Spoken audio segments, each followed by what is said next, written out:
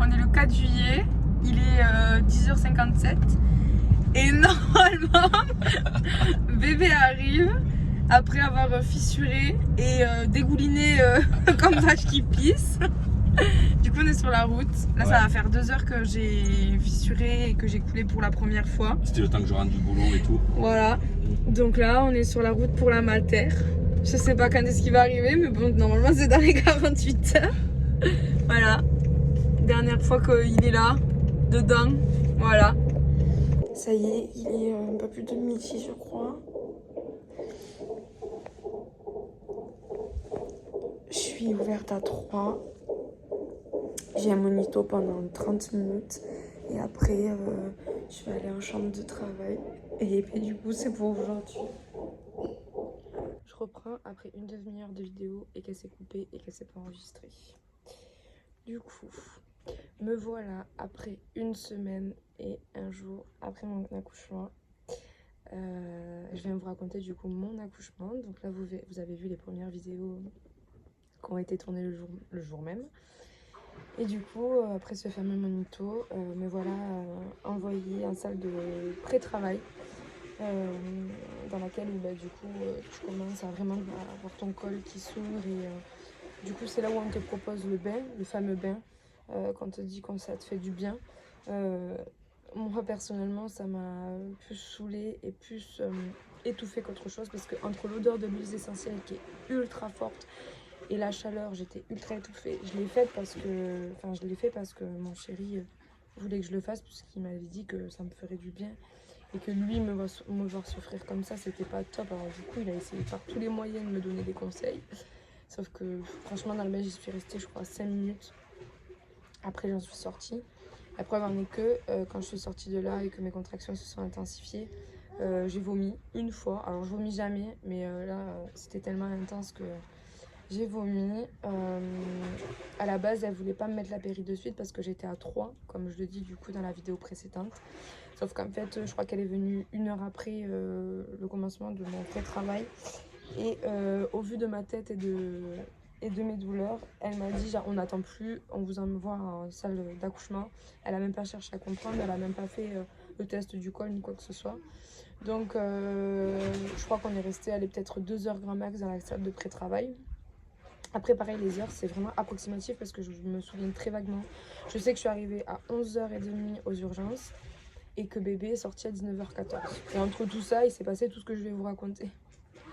Du coup j'ai une sage-femme qui est venue me chercher avec la tutute là, le fauteuil. Les douleurs elles étaient intenses, vraiment le couloir a été très long, ils ont eu le temps de me poser sur le lit.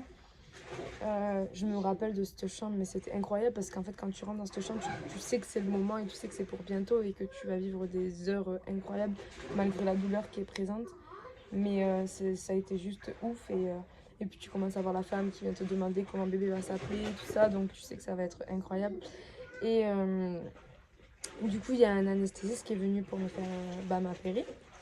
Et il faut savoir que j'ai eu un problème avec la péri, elle n'a pas du tout fait effet, je crois qu'ils ont commencé à me la poser à 4 heures. Elle a fait effet, vraiment fait effet au maximum à 18h30, genre une demi-heure avant que je fasse ma première poussée. Et du coup voilà, à savoir que l'anesthésiste il était ultra stun, genre il était ultra calme et tout, enfin bon bref. Du coup ils m'ont posé la péri. C'est pas la péri qui fait mal en soi, c'est les produits qu'on t'injecte, que tu sens dans le dos, tu les sens, mais tu te dis que c'est rien par rapport aux contractions qui se passent entre deux. Mais c'est juste quand même incroyable. Je fais pause parce que j'ai peur que ça coupe.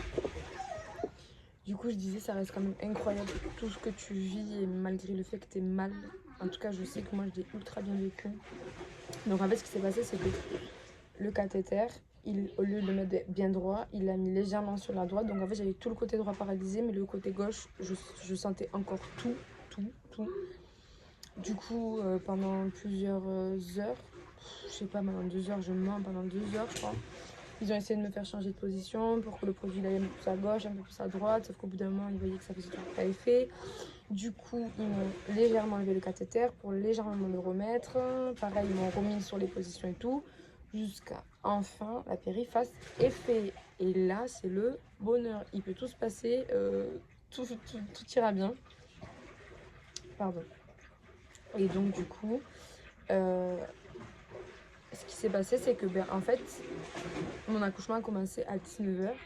Et comme, en fait, la péri venait de faire effet à peine une demi-heure avant, mais en gros, j'ai rien senti. Genre, même les contractions qui arrivaient, en fait, c'est la sage-femme qui devait toucher mon ventre. En fait, elle me touchait mon ventre et c'était elle qui me disait, genre là, il y a une contraction, madame, faut pousser. Sauf qu'en fait, j'avais aucune sensation, je ressentais rien du tout.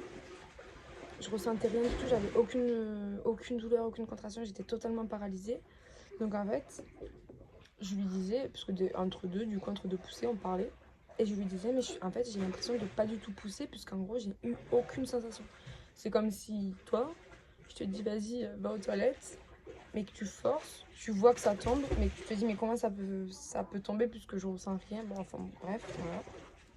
Donc, je ne sentais absolument rien. Et c'était super drôle parce que j'entendais mon chéri qui disait je le vois, on voit ses cheveux, vas-y, pousse et tout. Mais dans ma tête, j'étais là, mais comment tu peux le voir alors que je ressens rien du tout pour moi.